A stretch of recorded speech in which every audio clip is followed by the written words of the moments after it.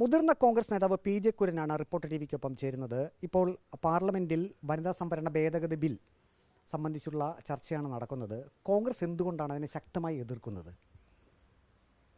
കോൺഗ്രസ് എതിർക്കുന്നത് സത്യത്തിൽ ഇത് വനിതാ സംവരണം കൂട്ടുവാനുള്ള ലക്ഷ്യത്തോടുള്ള ബില്ലേ അല്ല.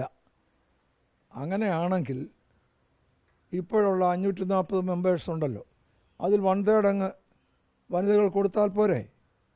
അങ്ങനെ ഒരു ബില്ല് പാസ്സാക്കിയിട്ടുണ്ടല്ലോ. 2021 അങ്ങനെ ഒരു നിയമം പാസ്സാക്കിയിട്ടുണ്ട്. അതെ, അപ്പോൾ ഞാൻ പറഞ്ഞ അതങ്ങ് നടപ്പാക്കിയാൽ പോരെ?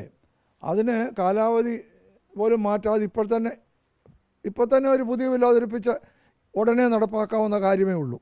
അതിനു പകരം വനിതാ സംവരണത്തിൻ്റെ പേരിൽ പാർലമെൻറ്റുകളുടെ സീറ്റുകളിൽ മാറ്റം വരുത്തുക.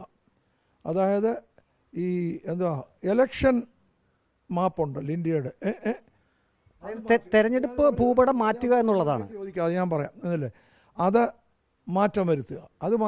എന്ന് പറഞ്ഞാൽ ഞാൻ ഒരു എക്സാമ്പിൾ സഹിതം പറയാം. ഇപ്പോൾ നമുക്ക് 20 മെമ്പർമാരുണ്ട്. ഗവൺമെൻറ് പറയുന്നത് നമ്മുടേത് 50% കൂട്ടി 30 ആക്കാമെന്ന് പറയുന്നെങ്കിൽ UP ക്ക് 80 ഇപ്പോഴുള്ളത്. അപ്പം നമുക്ക് 20 ഉള്ളപ്പോൾ UP യിൽ 80 ഉള്ളപ്പോൾ നമ്മളും UP യുമായിട്ടുള്ള അംഗവ്യത്യാസം 60. മനസ്സിലായല്ലോ? ഗവൺമെൻറ് പറയുന്ന ഈ രീതിയിൽ ഗവൺമെൻറ് ഇങ്ങോട്ട് തന്ന ഓഫറുണ്ടല്ലോ, 20-30 ആക്കുക. അപ്പോൾ UP 80-ൽ 120 ആകും. അപ്പോൾ നമ്മൾ UP യുമായിട്ടുള്ള വ്യത്യാസം എത്ര? നമുക്ക് 30, UP ക്ക് 120.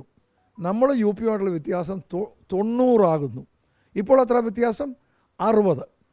പാർലമെൻറ്റിനകത്ത് പെർസെൻറ്റേജ് അല്ല, അംഗങ്ങളുടെ എണ്ണമാണ് പ്രശ്നം.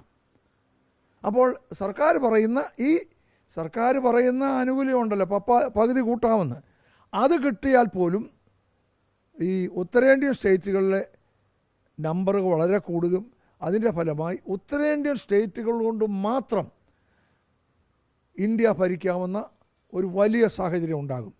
എന്ന് പറഞ്ഞാൽ തെക്കേ ഇന്ത്യൻ സംസ്ഥാനങ്ങളുടെ അവർ പൂർണ്ണമായും അവഗണിക്കപ്പെടും. കാര്യം ഉത്തരേന്ത്യൻ സംസ്ഥാനങ്ങൾ കൊണ്ട് തന്നെ ഒരു പാർട്ടിക്ക് ഭരിക്കാം. അപ്പം ഒരു സെൻട്രലൈസ്ഡ് ഗവൺമെൻറ് കുറേ കൂടെ സെൻട്രലൈസ്ഡ് ആകും. കേരളമോ തമിഴ്നാടോ അല്ലെ കർണാടക ഇവരുടെയൊക്കെ ശബ്ദം പൂർണ്ണമായി അവഗണിക്കപ്പെടും. ഇപ്പോഴേ അവഗണിക്കപ്പെടുന്നുണ്ട്. ആ അവഗണന വളരെ കൂടും.